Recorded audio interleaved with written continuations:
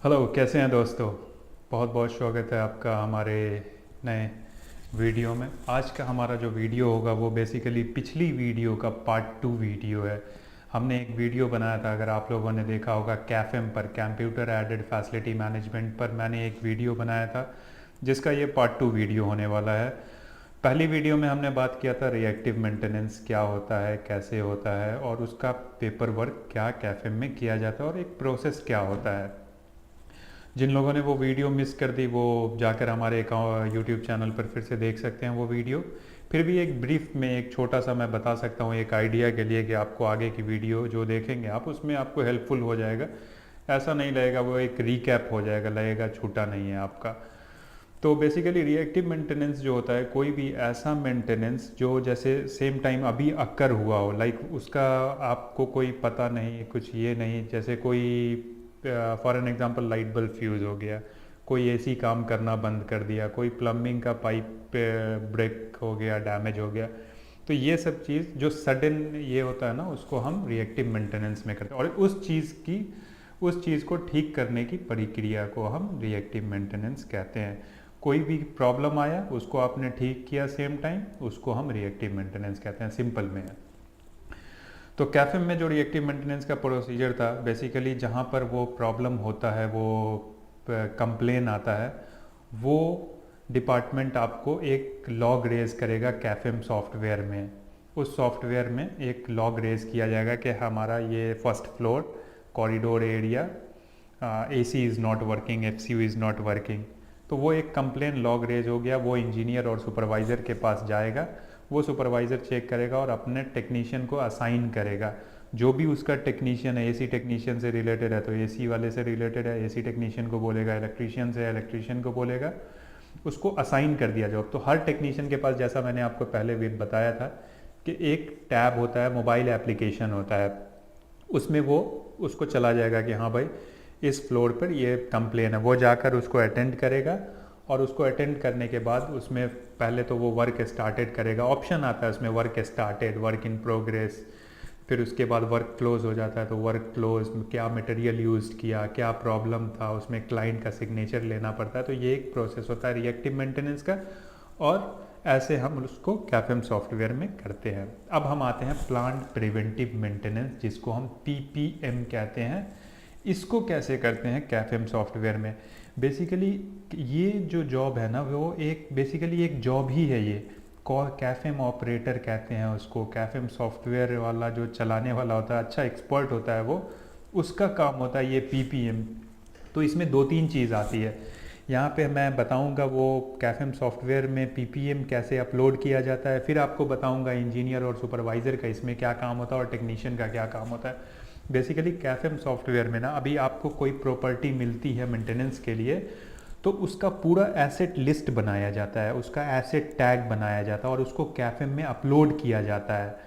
अभी एक 40 फ्लोर का बिल्डिंग है, उसमें पूरा फ्लोर आपको कॉन्ट्रैक्ट मिला, तो अब एक एक फ्लोर पे आप जाओगे, पूरा एसेट लिस्ट बनाओगे। वो एसेट सॉफ्टवेयर, वो इंजीनियर का काम होता है एसेट लिस्ट बनाना, वो उस कैफेम ऑपरेटर, कैफेम वाले को दे देता है, डिपार्टमेंट को, कि हमारे प्रॉपर्टी में ये एसेट है। अब उस हिसाब से वो उसको उसमें अपलोड कर देता है पीपीएम प्लान बनाने के लिए।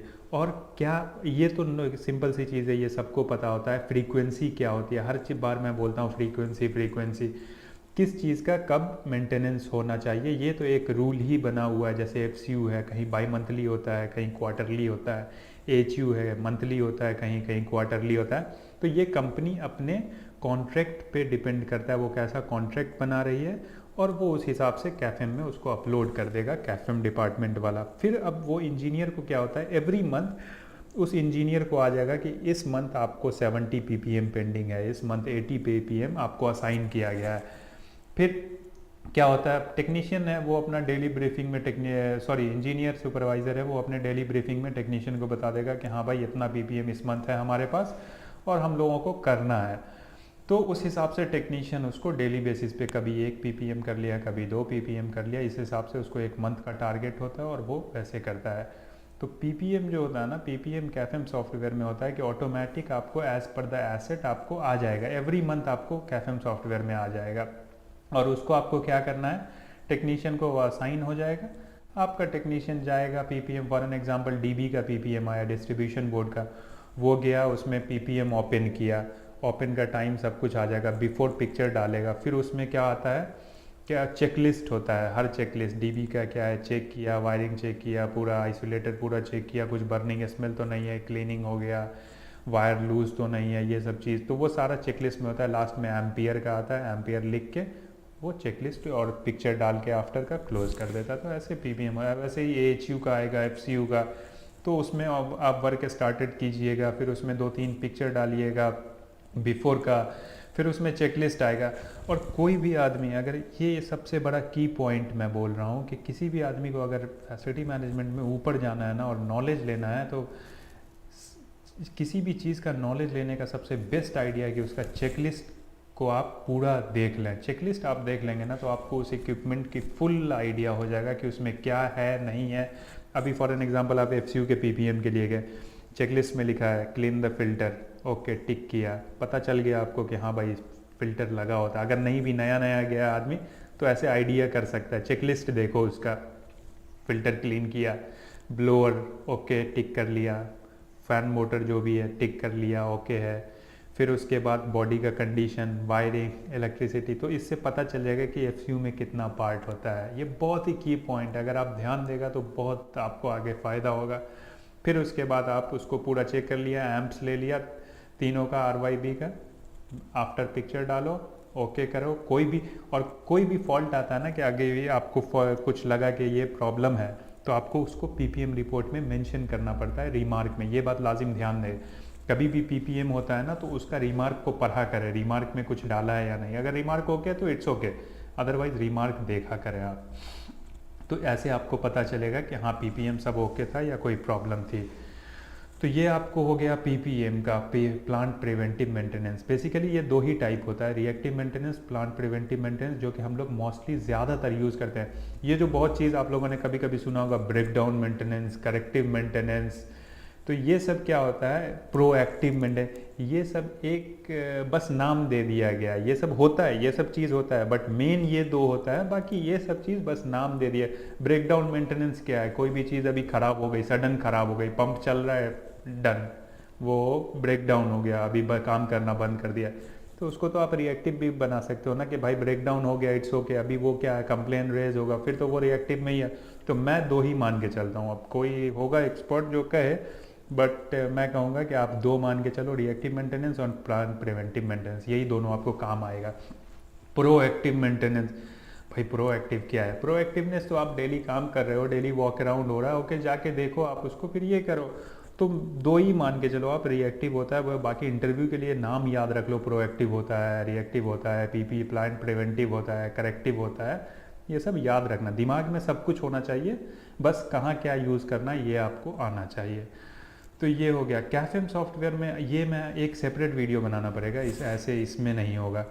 कैफेम सॉफ्टवेयर में एक चीज़ और क्या होती है, कैफेम सॉफ्टवेयर में ना कोटेशन बनाया जाता है, तो ये सब चीज़ थोड़ा मतलब समझ लीजिए कि अभी जैसे आप रिएक्टिव मेंटेनेंस और प्लांट प्रिवेंटिव मेंटेनेंस कर रहे हो ना, वो ये 2 स्टेप हुआ, तो समझ लो कि ये 7-8 स्टेप पे है, तो ये थोड़ा बड़ा चीज़ हो गया, ये आपको समझ में नहीं आ रहा। मैं अभी इस वीडियो में बता दूँ तो वो ऐसे घूम जाएगा, तो बेटर होगा कि मैं आपको उसको सेपरेट वीडियो में समझाऊँ और आपको बताऊं। बाकी रिएक्टिव मेंटेनेंस और प्लांट प्रिवेंटिव मेंटेनेंस, अगर कैफेम सॉफ्टवेयर का बेसिक जानना है, ये इन्फॉर्मेशन बहुत है इंटरव्यू के लिए, आप इसको यूज़ कर सकते हो।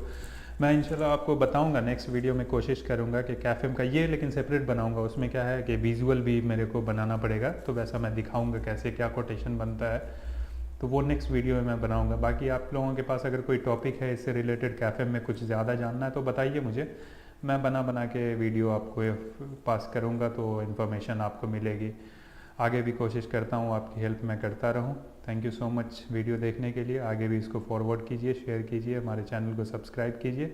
आगे मिलते हैं फिर जल्दी क्या, आप तो हर दिन ही मिलेंगे। अभी मेरा थोड़ा सा ही अल्हम्दुलिल्लाह सेट हो गया है, तो हमेशा मिलते रहेंगे। बाकी जो भी आपका कंसर्न हो, कोई कमेंट हो, कुछ भी डाला कीजिए कि मैं आपके क्वेरी को देखा करूँ और आपको हेल्प किया करो। थैंक यू सो मच, मिलते हैं नेक्स्ट वीडियो में, बाय।